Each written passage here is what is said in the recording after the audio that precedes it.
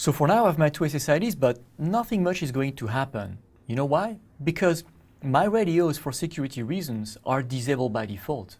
So although I have my configuration set here and say that that SSID should be on radio 1, my radio is disabled. So nothing is going to happen until I go to the radios themselves and enable these radios. So let's go to the radios. That's in network interface. And then here you have both your radios, 2.4 and 5 GHz. And as you can see, they are red arrow for now. They are disabled because for security reasons, radios are always disabled by default on autonomous access points. So I can go in detail status and you see there is no frame, no packet received because the radio is down. So let's go to settings and configure that radio.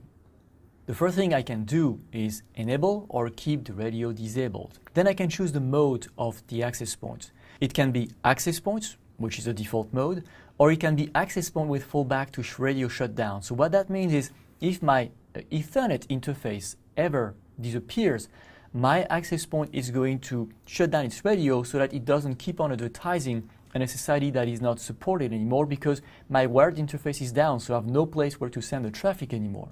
The other mode you can use is fallback to repeater. Remember the repeater mode? If you have another access point in the neighborhood that is an access point, and if your wired interface shuts down, you can still use that AP maybe, but just repeat the traffic to the next AP that has a cable.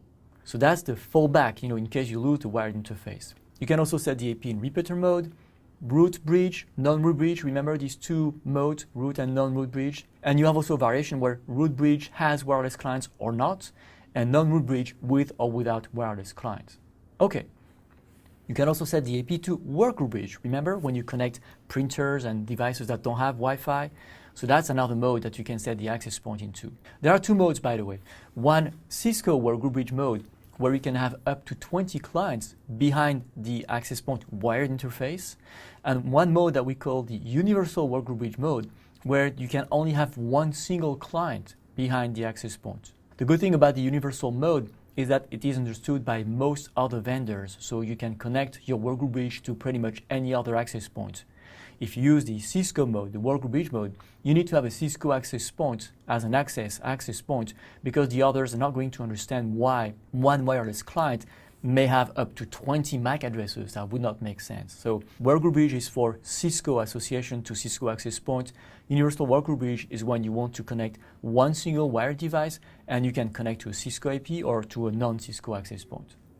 You can set the AP in some other modes, scanner mode, and one mode we'll come back to later on, which is called the spectrum mode, which is a very nice mode when you use Cisco Spectrum Expert or MetaGeek to try to see the RF environment. That's very common when you use site surveys because you don't want to carry a controller along with the access point.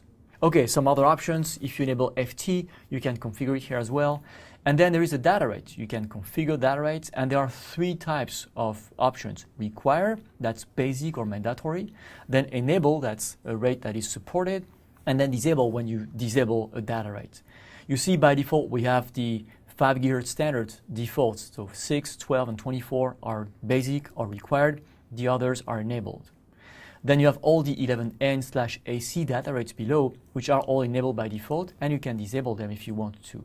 Power, that's an interesting one. You can set the access point power to a value.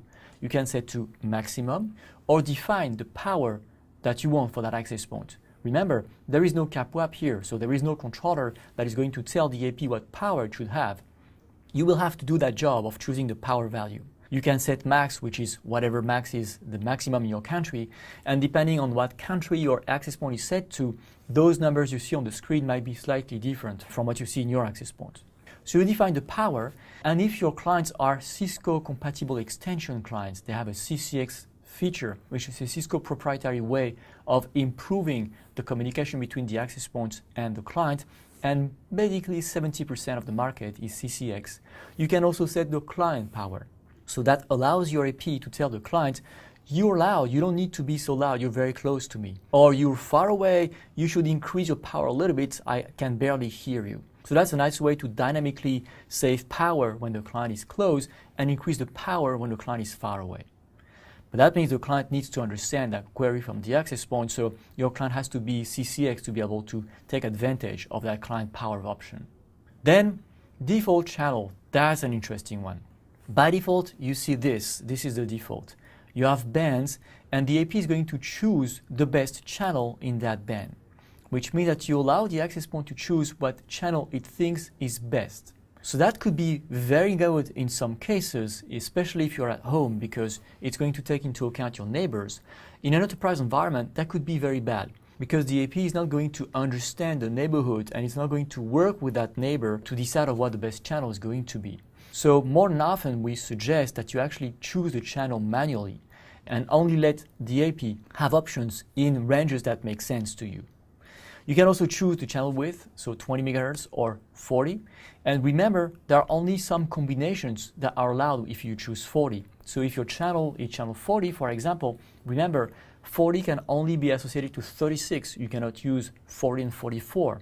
If you use 44, it's 44, 48. If you use 40, it's 40 and 36. So here, you have to remember those numbers when you make that choice. Otherwise, you'll get an error message as you click apply at the bottom. So if I say channel 40 and I want to use 40 MHz, I need to choose below 40, because if I choose above 40, that would mean 40 and 44, and that would not work. That would not be an allowed pair by the 802.11n standard. In this page, as you see, there are also a lot of other options, including the gain of your antenna. Be careful, if you use an external antenna, just because you have to respect the EIRP in your country, you should put here what gain you use of your antenna so that the power can be adapted automatically and you do not face the risk of exceeding your local regulation maximum transpower limits. All right, a few other options you don't care about. Let's click OK to enable this radio. By the way, the page refreshes faster than the arrow, by the way. So it may happen that you see this arrow still being down when you click apply, but don't worry, if you click apply again or if you refresh the page again, the arrow should turn green. All right, let's go to the other radio, 2.4, and configure it as well. I need it because my Auto 23 SSID is on both radios, so I need the 5 GHz radio, but also the 2.4. And the options here, of course, are exactly the same as on 5 GHz, except the data rates are a little bit different because we use B, G, and N. And also because it's an older radio, we have the options of setting best range, where basically you allow everything and you make only 1 meg mandatory, or best throughput, where everything is mandatory. Default is to use the 802.11 default, and most of the time, unless you disable B, you would keep the default. You still have the 11N here, and this is another one where you want to be very cautious. The option for the channel is by default least congested frequency, and you have all the channels selected. So what is going to happen is that the AP is going to scan when it boots up all the channels and choose the one which has least congestion. And it can be very silly. If you have somebody on channel 1 and somebody on channel 6, the AP will have no problem choosing channel 3. And you know that's a no-go. You should never do that, because if your AP is on channel 1 or in channel 6, it will be on the same channel as somebody else, so you will have to share the channel, but at least you will hear that somebody else. So you'll be able to share the air, hear somebody send, hear the duration field in the frame, and then wait for that duration. If you put your access point in channel 3, what is going to happen is that the AP will be in between channels, so it will be too far from 1 and from 6 to hear what communications there is there, but it's still going to send, so it will consider that these 1 and 6 channel are just noise, and it's going to send traffic, and because the channel is still 20 to 22 megahertz wide, you're going to collide, and nobody's going to win. So if you want to keep this least congested frequency, if you want to do that, I suggest strongly that you click 1, press Control, click 6 and 11. So the AP is going to choose the least congested frequency out of these 3, and it's going to ignore the others that are not selected. Or you set the channel manually if you want to, but if you set the least congested frequency, do not ever keep those defaults to have all the channels selected. All right, all the others options are advanced options. We're going to skip those. Click apply, and my 2 radios are enabled.